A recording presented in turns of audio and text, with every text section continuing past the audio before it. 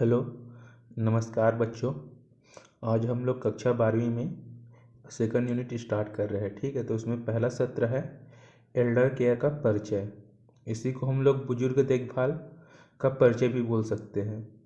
तो परिचय मतलब ये समझने की कोशिश करेंगे कि होता क्या है। ठीक है, बुजुर्ग देखभाल किसको बोलेंगे, बुजुर्ग किसको कहते हैं, तो उसके बारे में इस पार्ट में हम लोग जानेंगे। तो आइए देखते हैं कि ये एल्डर केयर क्या है। ठीक है, यह बुजुर्ग देखभाल क्या है, किसे कहते हैं, उसको देखते हैं। तो दोनों का एक ही नाम है। जो एल्डर केयर है वो क्या है, इंग्लिश नेम है। ठीक है, और जो इसके हिंदी में अगर अनुवाद करेंगे तो वो हो जाता है बुजुर्गों का देखभाल। तो इसमें क्या है उसको देख लेते हैं। इसे एजिंग केयर भी बोलते हैं। ठीक है, तो आगे एक प्रश्न आएगा एजिंग क्या है।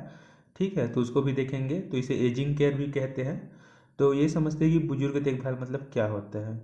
तो क्या होता है, जैसे ही हम वृद्धावस्था की ओर जाते हैं तो क्या होता है, हमारा उम्र 60 से ज़्यादा हो जाता है। तो उस समय हमारी जो शरीर है वो कमज़ोर हो जाता है और कई कामों को हम लोग अच्छे से नहीं कर सकते हैं। ठीक है, तो उन ज़रूरतों को क्या है पूरा करते हैं। ठीक है, उसी को हम लोग बोलते हैं एल्डर केयर बोलते हैं। ठीक है, तो जैसे बुजुर्ग में क्या होता है, वो अपनी दैनिक गतिविधियों में ठीक से नहीं कर सकते। ठीक है, शौचालय नहीं जा पाएंगे, नहा नहीं पाएंगे अच्छे से, कपड़े नहीं बदल पाएंगे, कहीं घूमने नहीं जा सकता, उठने बैठने में तकलीफ होता है।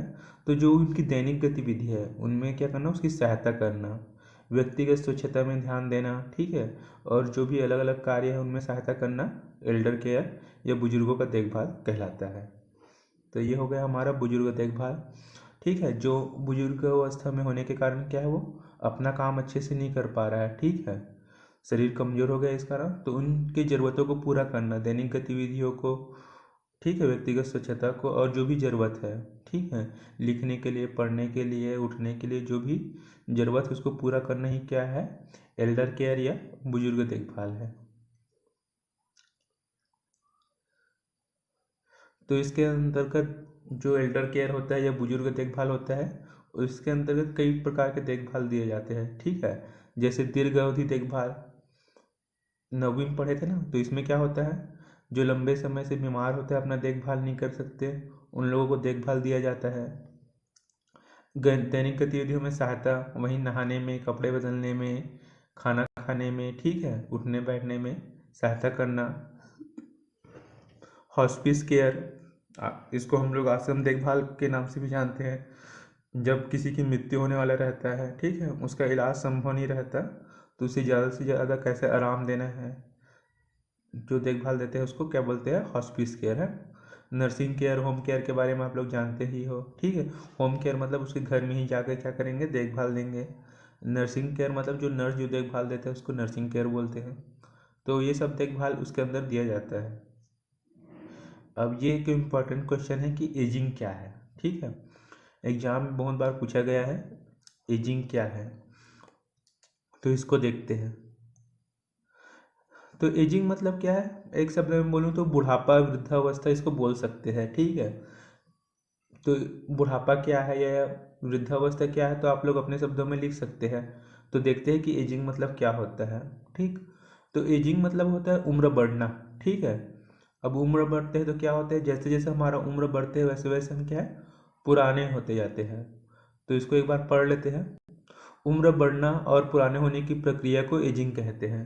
तो जैसे जैसे हमारे क्या हो रहा है, उम्र बढ़ रहा है, ठीक है, हम क्या है, पुराने होते जा रहे हैं, और उसी को एजिंग कहते हैं। इसमें जो जीवों के शरीर है, ठीक है, वो धीरे धीरे कई बदलाव आते हैं। ठीक है, देखियोगे जैसे जैसे हमारा उम्र बढ़ते जाता है शरीर में बदलाव आते हैं। ठीक है, बचपन से किशोरावस्था, किशोरावस्था से युवा, फिर युवा से बुढ़ापे की ओर, तो शरीर में लगातार क्या है, धीरे धीरे बदलाव आते जाते हैं। और जैसे जैसे बुढ़ापे की ओर बढ़ते हैं तो शरीर की जो कार्य करने की क्षमता है वो क्या है, कम होते जाता है। ठीक है, तो इसके यहाँ पर प्रकार है एजिंग के प्रकार। तो देखते हैं दो प्रकार को इनको। एक होता है बायोलॉजिकल एजिंग, इसी को जैविक एजिंग भी बोलते हैं, और दूसरा है साइको सोशल एजिंग, तो इसको मनोसामाजिक एजिंग भी बोलते हैं। ठीक है, ये दोनों इसका क्या है, इंग्लिश नाम है, और हिंदी में बोलेंगे तो जैविक एजिंग हो जाता है, और दूसरा वाला मनोसामाजिक। तो तो ये क्या होता है उसको देख लेते हैं। तो ये भी क्वेश्चन आता है कई बार कि बायोलॉजिकल एजिंग क्या है या जैविक एजिंग क्या है। तो इसमें देखते हैं क्या है।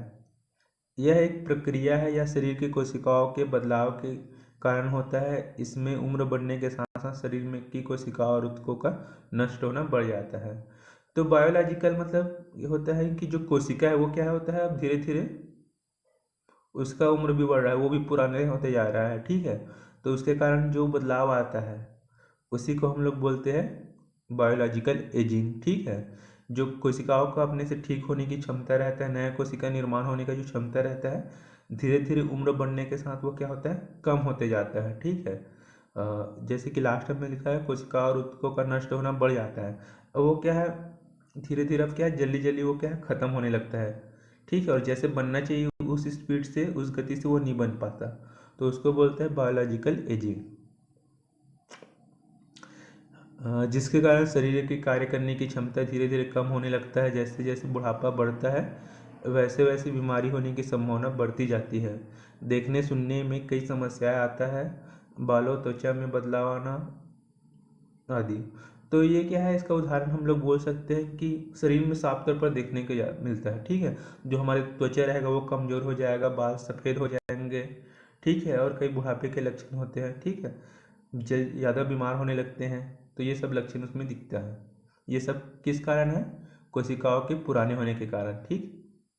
या वो जल्दी जल्दी नष्ट हो रहा है और पहले जैसे नहीं बन पा रहा है उस कारण। अब दूसरा है साइकोसोशल एजिंग, इसी को मनोसामाजिक एजिंग भी बोलते हैं। तो जैसे जैसे हम लोग उम्र बढ़ता जाता है हमारा, ठीक है, वैसे वैसे क्या है, सामाजिक और मानसिक बदलाव भी आते हैं, उसे साइकोसोशल एजिंग कहते हैं। इसके कुछ बिंदु हैं, ठीक है, उसको देख लेते हैं। जैसे याददाश्त का कम होना, ठीक है, किसी को याद करने में बहुत ज़्यादा समय लगेगा, तो ये हो गया। आसपास के लोगों से, जैसे बुजुर्ग होते हैं तो वो अपने आप को अलग करते हैं, ठीक है, चलने फिरने में थोड़ा तकलीफ होता है। इस कारण क्या है, मिलना जुलना भी क्या होता है, धीरे धीरे कम होने लगता है। लंबे समय तक कार्य नहीं कर पाएंगे, जल्दी थक जाएंगे, है ना।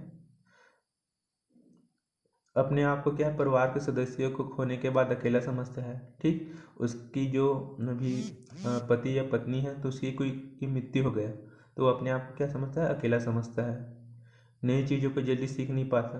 तो ये इनके कुछ बिंदु है, ठीक। अब हम लोग जो इम्पोर्टेंट एक क्वेश्चन और है कि दोनों में अंतर क्या है, बायोलॉजिकल एजिंग और साइकोसोशल एजिंग में क्या अंतर है, तो देखते हैं। तो बायोलॉजिकल एजिंग में उम्र बढ़ने के साथ कोशिकाओं में बदलाव आता है या पुराने होता है, ठीक। तो पहला अंतर ये है, कोशिका के कारण हो रहा है ना। इसमें क्या है दूसरा अंतर, ये इधर साइकोसोशल एजिंग में उम्र बढ़ने के साथ सामाजिक और मानसिक बदलाव आते हैं, ठीक।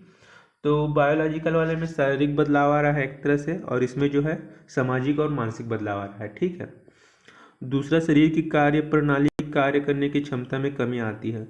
तो शरीर पहले जैसे कार्य नहीं कर पाता, जो भी पाचन क्रिया है या जो भी श्वसन क्रिया है, तो जैसे पहले था युवा अवस्था में वैसा नहीं हो पाएगा बुढ़ापे में। इधर देखते हैं सोचने समझने निर्णय लेने की सीखने की क्षमता में कमी आता है। तो वो क्या है, अच्छे से सोच नहीं पाएगा, जल्दी समझ नहीं पाएगा, या कोई निर्णय लेना रहेगा जैसे हाँ ना बोलना है तो उसको वो क्या है, अच्छे से नहीं ले पाएगा या बहुत टाइम लगाएगा, जल्दी से सीख नहीं पाएगा, ठीक। तीसरा देखते हैं, शरीर को वातावरण के अनुसार बदलने में और चोट की मरम्मत करने की क्षमता में कमी आती है। अगर वो गिर गया, ठीक है, फ्रैक्चर हो गया, तो उसको क्या ठीक होने में समय लगेगा। इधर देखते हैं तीसरा, साइकोसोशल एजिंग के कारण कई चीज़ों को भूलना, भ्रम होना, दुविधा होना सामान्य सी बात है।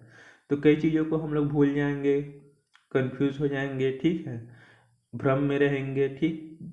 तो ये सब चीज़ सामान्य सी बात है साइकोसोशल एजिंग के कारण।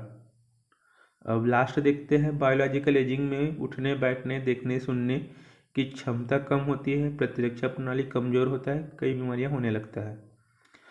तो बुढ़ापे में क्या होता है, उठने बैठने देखने, ठीक है, प्रतिरक्षा प्रणाली वो कम हो जाती है, बीमार ज़्यादा होते हैं।